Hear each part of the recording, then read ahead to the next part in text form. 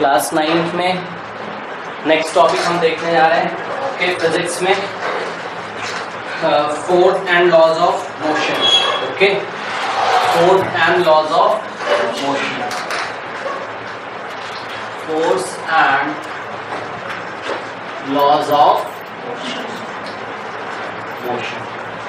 देखिए सबसे पहले आपने चैप्टर 1 में पढ़ा था मोशन, ठीक है ना। तो अब हम मोशन के कुछ लॉज पढ़ेंगे। 3 लॉज हैं, first law of motion, second law of motion and third law of motion. और लास्ट चैप्टर में क्या पढ़ा था? मोशन की इक्वेशंस। वो इक्वेशंस थी, अब क्या पढ़ेंगे? इसके लॉ। मोशन को कुछ लॉज गवर्न करते हैं। 3 लॉज हैं हमारे पास जो न्यूटन ने दिए थे, वो हम पढ़ेंगे। इससे पहले हमें समझना है यहाँ बहुत जरूरी है कि what do you mean by force. Force क्या होता है? तो सिंपल शब्दों में हम बोले अगर तो फोर्स इज द पुश और पुल ऑन अ बॉडी, ठीक है ना, ऑन अ बॉडी और ऑन अ ऑब्जेक्ट। तो नोट कर लेते हैं, ये सिंपल है, इसमें कोई दिक्कत नहीं है। फोर्स इज द पुश और पुल ऑन अ बॉडी, या फिर अ पुश और pull on a body is known as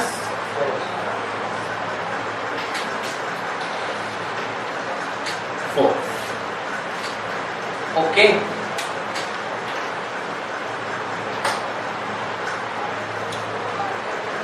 देखिए आपने देखा होगा फोर्स डेली लाइफ में यूज करते हो, आप फुटबॉल को किक करते हो, ठीक है ना।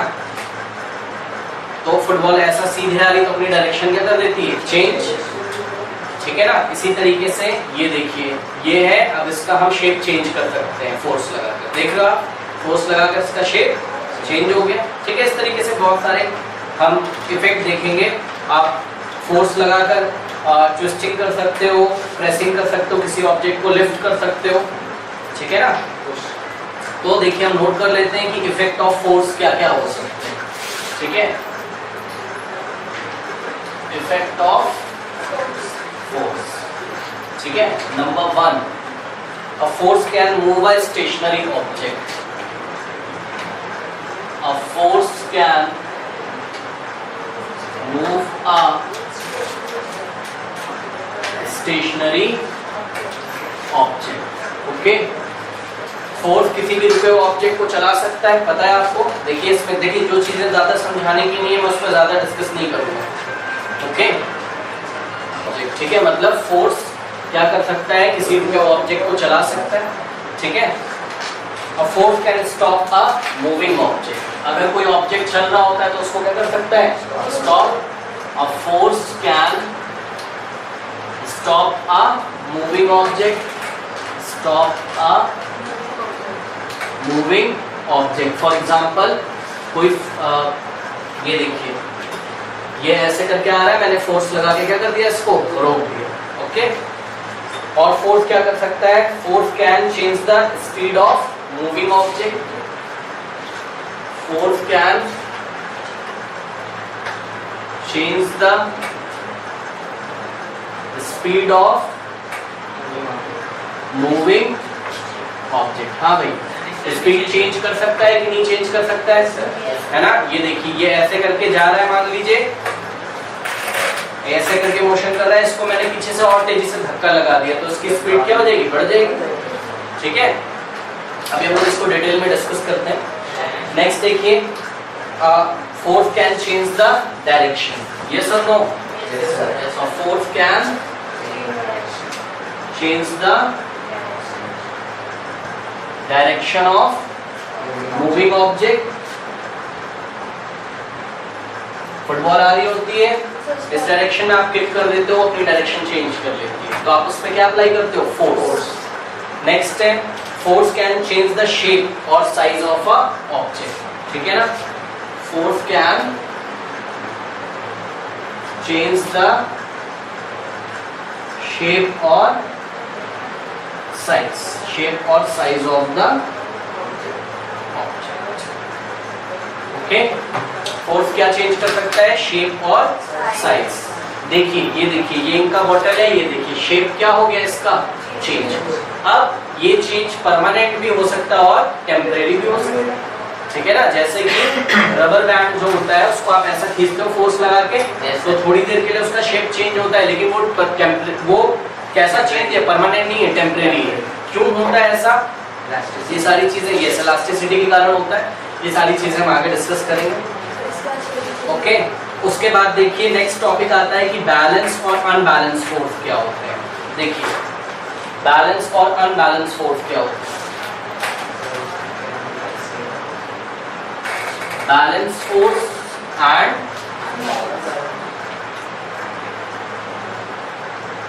अनबैलेंस्ड फोर्स क्या होते हैं। बैलेंस फोर्स क्या होते हैं, सुनिए जरा ध्यान से। एक काम करते हैं, आप इधर आइए बोलो। देखिए ये एक ऑब्जेक्ट है, ध्यान से देखिएगा, ये एक ऑब्जेक्ट है, ये खींच रहे हैं, खींचिए। हाँ, सपोज अब ये जा रहा है इनकी तरफ, क्या नहीं, मेरी तरफ आ रहा है, क्या नहीं, ठीक है। तो जितना फोर्स ये लगा रहे हैं उतना ही मैं लगा रहा हूँ, ध्यान से सुनिएगा जरा। जितना फोर्स ये लगा रहे हैं उतना ही मैं लगा रहा हूँ, ठीक।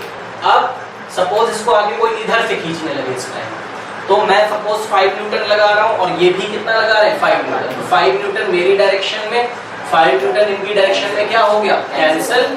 और अगर कोई 6 न्यूटन से इधर से आके खींचने लगे तो रिजल्टेंट किधर आएगा, 6 न्यूटन, क्योंकि इफेक्टिव फोर्स किधर आया, इधर। तो ऑब्जेक्ट किधर भागने लगेगा, इधर। और उसी टाइम अगर कोई आया और 6 न्यूटन से ऐसा पीछे खींचने लगे तो फिर से क्या हो जाएगा, कैंसिल। ये वाला 6 इस 6 से कैंसिल, इनका 5 मेरे 5 से कैंसिल। तो बताइए क्या ऑब्जेक्ट पे फोर्स नहीं लग रहे हैं, लग रहे हैं, लेकिन रिजल्टेंट कितना है, 0। ये चीज आपको ध्यान देनी है, फोर्स लग रहा है लेकिन रिजल्टेंट कितना है, 0।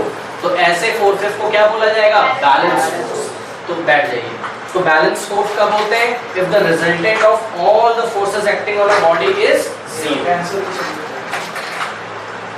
If the resultant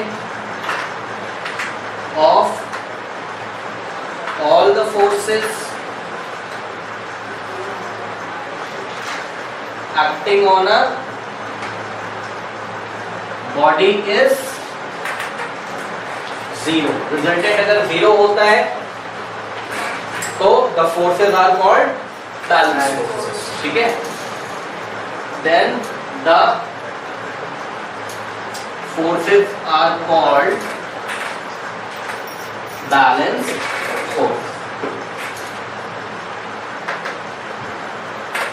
okay. बताइए जब बैलेंस फोर्स होता है तो बॉडी मोशन करती है कि नहीं करती है, हाँ नहीं करती है, ओके। अभी इसको हम लोग और एक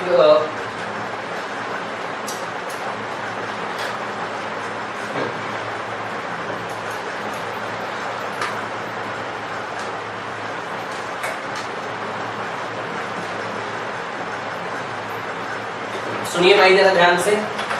ये बैलेंस फोर्स के बारे में थोड़ा सा और हमको डिस्कस करना है। इसको रब कर दूं मैं, हाँ देखिए अब बैलेंस फोर्स के बारे में थोड़ा सा और डिस्कस कर लेते हैं, ठीक है ना।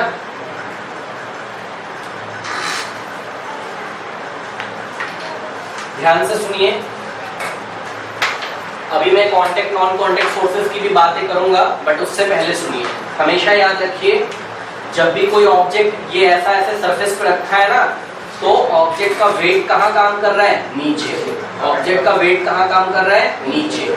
तो अगर ऑब्जेक्ट का वेट नीचे काम कर रहा है तो ये नीचे क्यों नहीं जाता है, तो आंसर है सरफेस भी इस पे क्या लगाता है, ऊपर की डायरेक्शन में फोर्स। और उस फोर्स को हम बोलते हैं नॉर्मल या फिर फोर्स ऑफ रिएक्शन।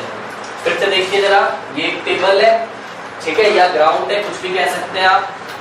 अब हम बैलेंस फोर्स को थोड़ा डिस्कस कर लेते हैं, ठीक है। और ये आपके पास एक बॉक्स रखा हुआ है, बॉक्स का मास कितना गिवन है, m, ठीक है।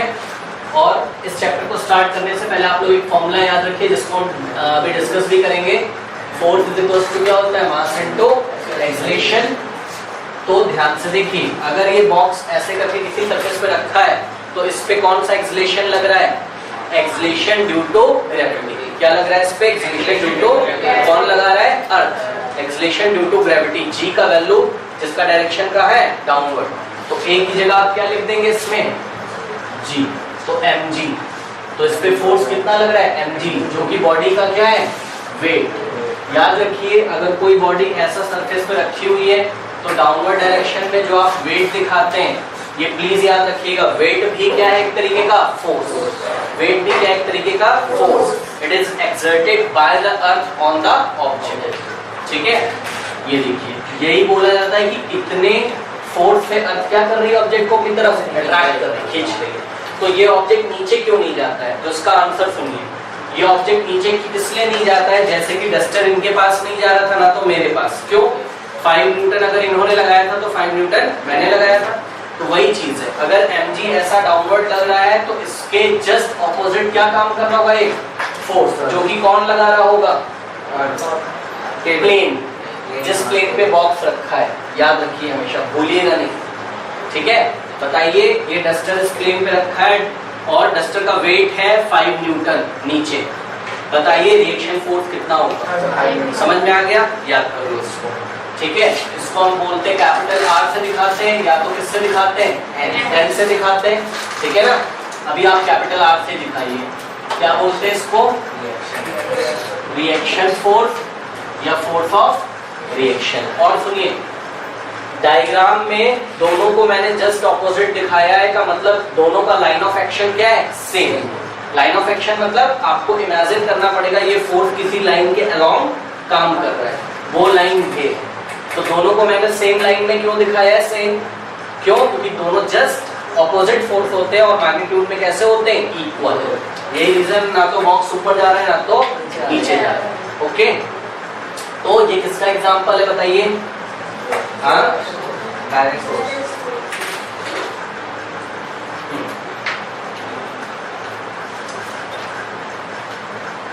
अब देखिए इसमें मैं एक काम और करने जा रहा हूं, ध्यान दें। मैं क्या करता हूं, इसको पुश करता हूं। अभी तक कितने फोर्स थे, 2, कौन कौन, रिएक्शन फोर्स और वेट, दोनों एक दूसरे को क्या कर रहे हैं, बैलेंस। इसलिए आप बोलोगे कि R का जो वैल्यू है वो किसके इक्वल है, W के। Reaction force is equals to weight of the body. तो अगर आपसे कोई पूछे what is the value of reaction force, तो बोलोगे m into G। ये याद रखिएगा, अभी हम न्यूमेरिकल में करेंगे।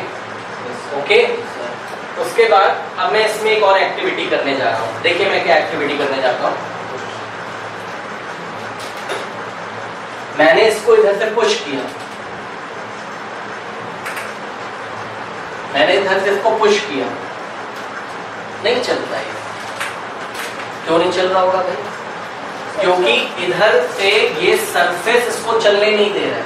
मतलब सरफेस क्या लगा रहा है, फ्रिक्शनल फोर्स।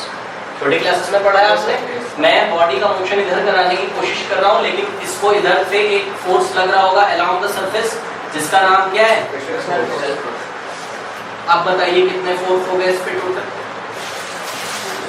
4, 1 2 3 4। ओके,